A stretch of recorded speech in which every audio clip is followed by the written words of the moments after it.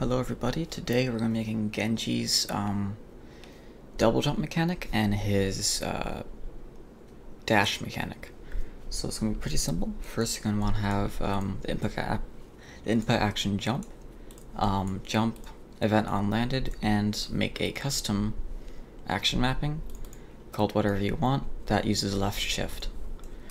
So first we're going to go from input action jump to a do N, and from there to a switch on int, and then add 2 pins, make n go up to 2, and in between the switch on int and do n you want to have -1.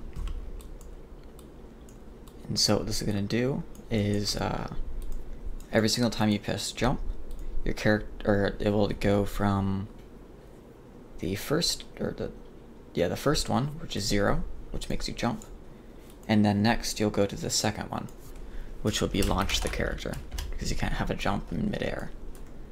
You want to make this about 600. Then you also want to go to character movement, go to jump Z velocity, make that 600, and gravity scale to 1.2. And then from there, the event on landed goes into reset, and you have the double jump mechanic finished. So you can see the character can double jump. That works perfectly. And then so let's review what we have so far. A input action jump to do N, which has 2. You want to make the counter -1 into a switch on int. The first one makes you jump, the second one makes you launch the character 600 on the Z velocity. You want to change the character movement to 1.2 for gravity scale, and the Z velocity, jump Z velocity to 600. Okay, so that's everything for the double jump. Next, we're going to have the input action shift, which is a dash forward. This is pretty easy. It's kind of advanced, but it's pretty easy. So for pressed, you want to have a branch. Then from branch, you're going to want to have the false one launch the character. And then from there, you're going to want to delay by 0.02. Sorry about the fan if you can hear that. It's really hot outside. And I tried making this before without the fan, but like, it was just too hot. So that's what you have so far. At the end of delay, you're going to want stop movement immediately. And so this is the basics of his mechanic. These are all like the nodes you have to set up. Make sure condition is false, actually, not true. So input action shift to branch to launch character to a delay of 0.02 to the stop movement immediately. Then next, you're going to want to go to the launch character, and for the launch velocity, you're going to want to go to your viewport, go to first person camera, create a arrow, which is right here, and then drag it under the first person camera. Okay, I already have one, so I'm just going to delete the new one and use the old one. So now that that's under, make sure you have to drag it on like this, so it's attached to the first person camera. And mine's already attached, so that's set. Then you want to drag it out, get the arrow, get the forward vector, and then multiply that by a float. Now the reason you don't just get the actor's forward vector is the actor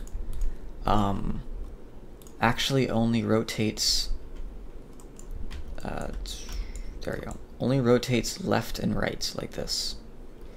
Even if you look up, the actor doesn't rotate that way. Only the camera will rotate up with the the gun and the mesh. So we make this arrow to simulate the actor's look up, down, left, right vector. Now in Tracer we didn't use this because she can only teleport left and right, she can't teleport upwards.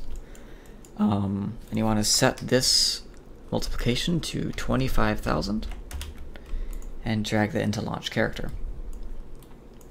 So again, input action shift to a false branch into launch character, which then gets delayed for a frame, which is 0.02 seconds, and then you want to stop the movement immediately. To choose where you want to launch, you have that new arrow you made.